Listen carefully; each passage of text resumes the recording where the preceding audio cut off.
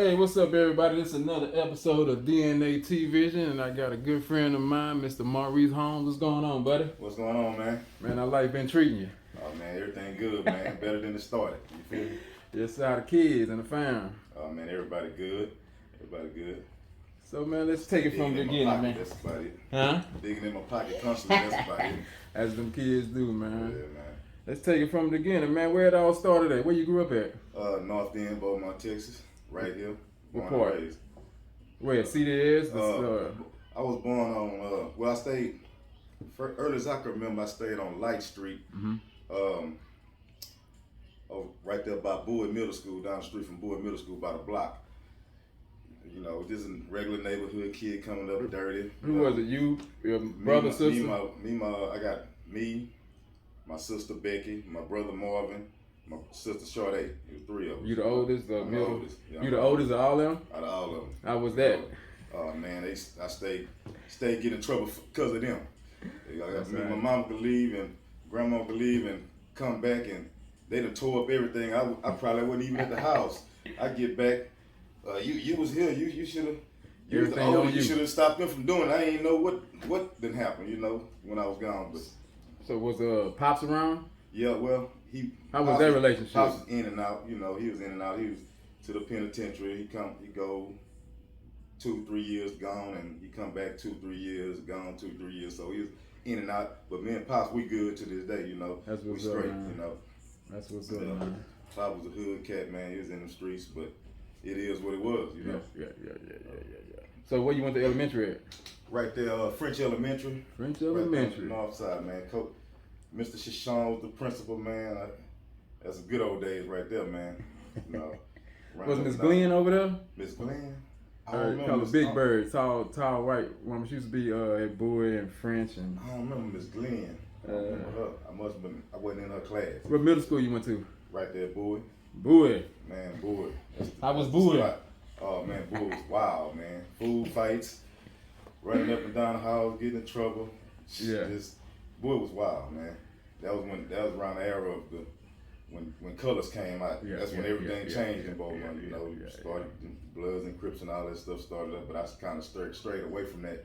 You know, I always had the mindset that I'm gonna be friends with both sides. I'm gonna stay neutral because I want money from both sides. You know, why exclude myself from this money over here when you know money's green. You know, I mean.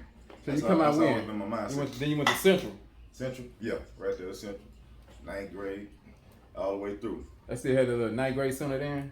Just ninth yeah, graders. Yeah, Yeah. We went over there to Central Night over there on Concord. That was straight too. With that experience, like Big Central. Big Central, man. Well, I'm gonna back up all the way to Bowie. That's when Haircut Reese was born. Uh-huh. You know, I just started experimenting with other kids. You know, how I got into cutting hair, man. My partner used to cut my hair, Dano, and my uncle Duke. I mean not Duke. My uncle Don Barlow. He used to cut my hair. So one day, man, Don he messed my hair up. Man, I had a flat top. Yeah. So he cut my hair, man. He gave me a party hat. So I get in the mirror, man. I go in the bathroom and I look at it. So he walk in the bathroom behind me. I'm looking at him like, oh man, the uncle messed me up. So he walking behind me. If you don't like it, I'll cut it off. Man, since that day, that's when I started cutting hair. I went home. I got my grandmother to buy me my first pair of clippers. Yeah. And I experimented on my head, so I cut my own hair. And I was good with my hands. I could draw. So haircut ain't nothing but art, blending and shading. So I cut my own hair, and I walked around the hood, hollered out my partner, man. I said, man, how my hair look? Like, you straight, man. Who cut your hair? I said, I did it myself.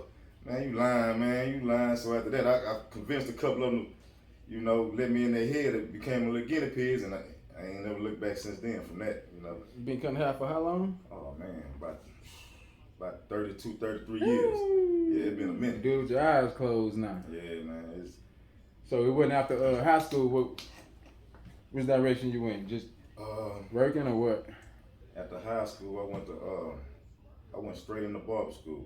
Okay. Over there, Crawford's on Magnolia. Mm-hmm. You know, that was around 1996. I finished probably around late after 97. You know, and after that I went and started cutting it the hair cone on Lucas. You know, cut that for a while, man. I bounced to a couple of shops. After that, I left there. I went to a shop called Doing It Right on Concord. My boy D Nice had Dwight Jones, and till he got locked up. You know, he did 15 years. So after that, we left there, and basically because they said police was watching the shop, you know, so we got wind of that, and so we all left and went to my friend's shop, Stephanie Limbrick on Concord. So I stayed there for about a couple of years. Then she moved that shop. We moved with her and went over there to, we was on Concord right there for a couple of years. And after we left that shop, we came here. So how long y'all been here? Been here since 2012.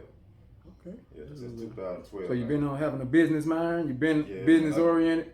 How my brain wired, man, is like whatever going on at the moment. You know, they call me a hustler, but I'm an opportunist. You know what I'm saying? Whatever presents itself, I'm trying to be the first to the solution, to the product, whatever they need. You know, for instance, like how I got in the cell phone business. I got in the cell phone business about 2012. What I did, how my mindset was, I'm like, well, shit.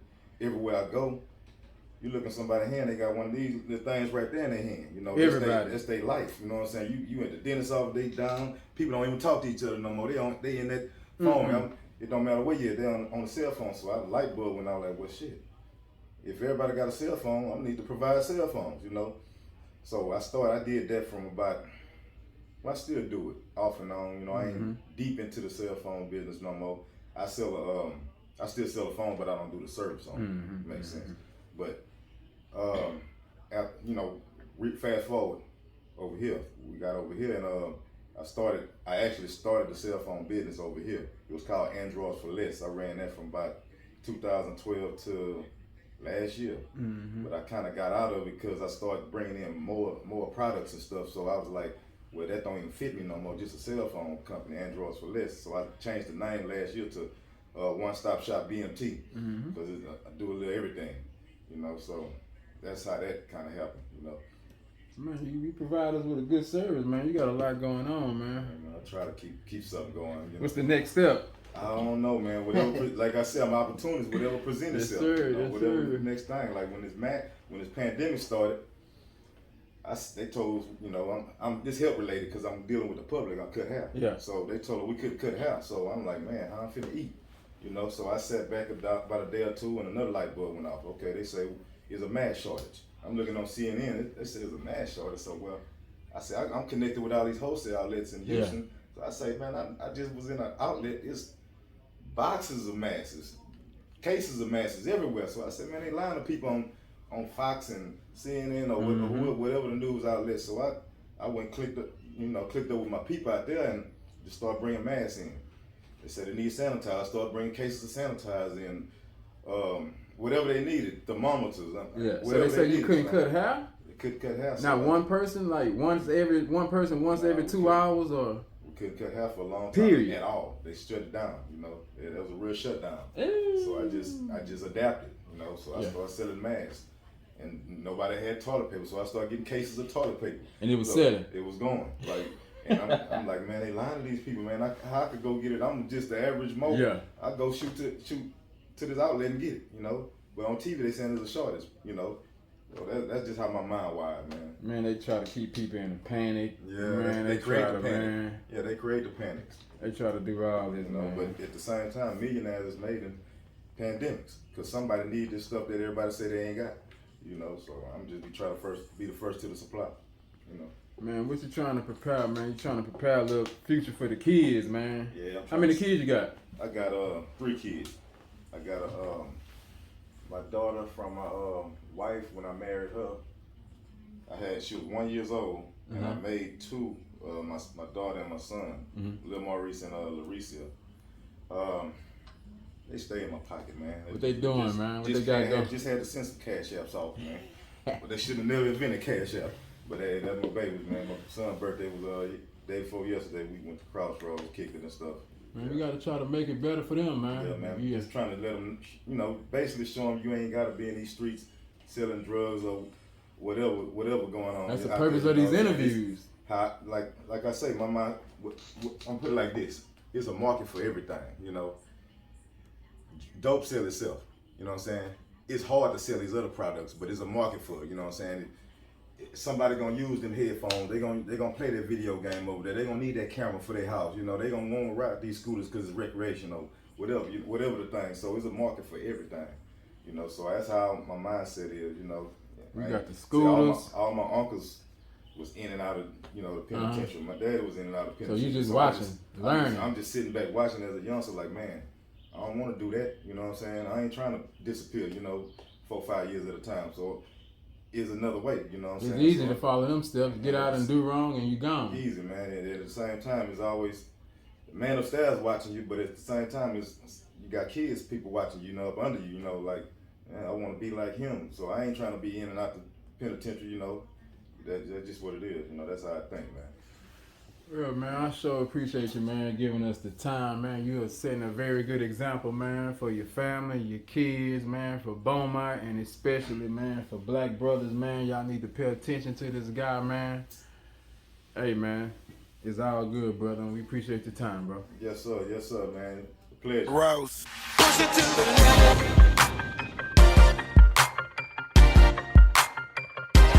Push it to the limit. Push it to the limit. Port of Miami, important. Ain't got nothing to lose.